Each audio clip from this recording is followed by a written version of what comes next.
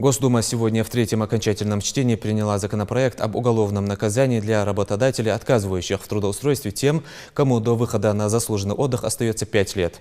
А уже завтра Нижняя палата рассмотрит во втором чтении сам законопроект об изменении пенсионного законодательства. Поправок сотни, важнейший внес президент страны Владимир Путин. Также в законе будет закреплено повышение пенсий. Репортаж Амины Боковой.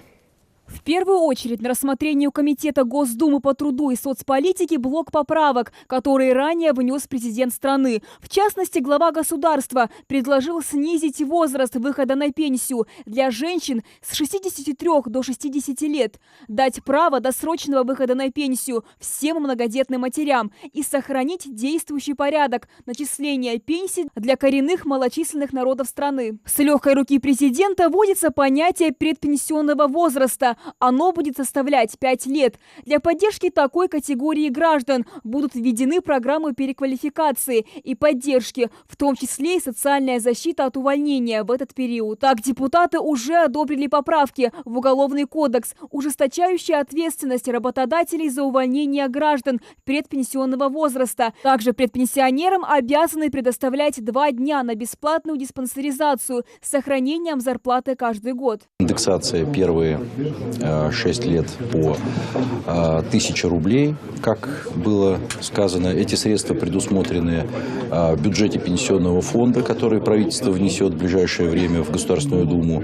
Кроме того, предполагается уменьшить стаж, дающий право на получение досрочной пенсии для женщин до 37 лет и для мужчин до 42 лет. А с 1 января предполагается начать выплаты 20% надбавки к фиксированной выплате по страховой пенсии для неработающих пенсионеров, живущих в селе, со стажем не менее 30 лет в сельском хозяйстве. Очень много поправок повторяют поправки, которые внес президент. С учетом того, что произошло за это время достаточно широкое общественное обсуждение, комитет пройдет спокойно, и законопроект будет вынесен на среду на пленарное заседание. В ходе обсуждения депутаты проголосовали за поправки, внесенные президентом страны Владимиром Путиным и представителями фракции «Единая Россия». Ну а далее рассмотрение предложенных парламентариями поправок. Их поступило около 200. Большинство из них были отклонены. Так, поправку не повышать пенсионный возраст для народов Крайнего Севера, вопреки позиции официального представителя правительств, было рекомендовано не принимать.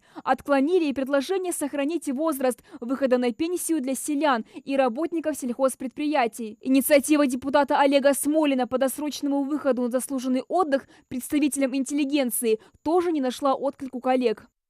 Поправки рекомендуются к принятию, внесенные президентом и группой авторов, которые вписываются в общую концепцию всего того, что озвучил президент, когда обращался к стране. Единая Россия предложила также выплачивать накопительную пенсию в нынешнем пенсионном возрасте с 55 лет женщинам и с 60 мужчинам. Во втором чтении законопроект предположительно будет рассмотрен 26 сентября. Третье чтение пройдет 27 сентября. Амина Бокова, Новости 24.